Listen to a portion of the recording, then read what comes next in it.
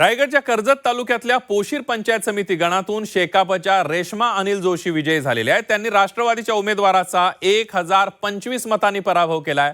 रेश्मा अनिल जोशींच्या रूपानं कर्जत तालुक्यामध्ये शेतकरी कामगार पक्षानं आपलं अस्तित्व राखल्याचं पाहायला मिळतंय, कारण मोठ्या प्रमाणावर पराभवाचा सामना शेकापला रायगड जिल्ह्यामध्ये कर्जतमध्ये पाहायला मिळत होता आणि आता कर्जत तालुक्यामध्ये शेतकरी कामगार पक्षानं आपलं अस्तित्व राखलेलं आहे, कारण पोशीर गणामधून रेश्मा अनिल जोशी या विजयी झालेल्या आहेत।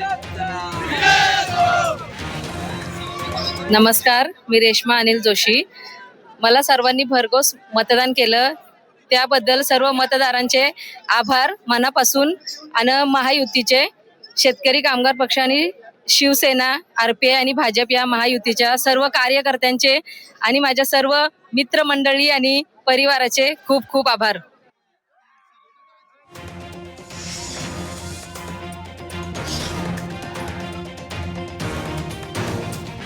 आपण बघतोय पोशीर मधून शेकापच्या उमेदवार रेश्मा अनिल जोशी या विजयी झालेल्या आहेत।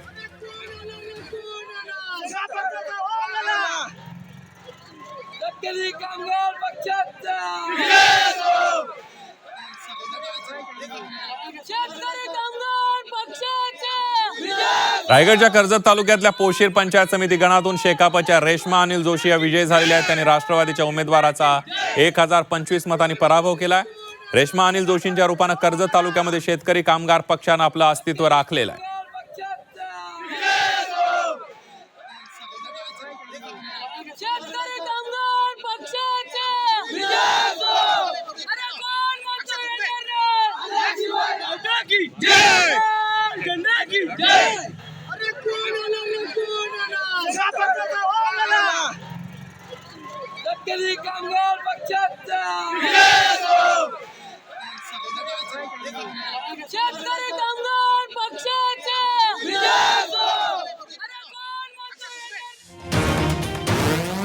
त्यानंतर बघूया पुढली मोठी बातमी। सिंधुदुर्गमध्ये महायुतीची एक हाती सत्ता आलेली आहे। राणेंनी सिंधुदुर्गचा आपला गड कायम राखल्याचं पाहायला मिळत आहे।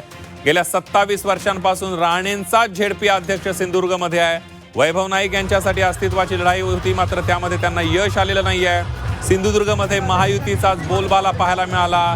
राणेंचाच दबदबा सिंधुदुर्गमध्ये आहे, हे राणेंनी आणि राणे बंधूंनी पुन्हा एकदा दाखवून दिलेलं आहे।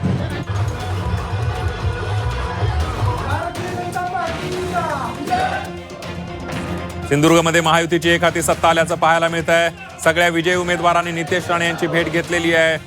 मिठाई वाटत आनंदोत्सव साजरा करण्यात आलेला आहे। गेल्या 27 वर्षांपासून झेडपीवर राणेंचाच एक हाती बोलबाला राहिलेला आहे। राणेंच्याच गटाचा ज्या ठिकाणी पक्ष कोणताही असला तरी राणेंचाच त्या ठिकाणी झेडपीचा अध्यक्ष होता आणि ती 27 वर्षांची मालिका आता पुढे चालू राहिली आहे।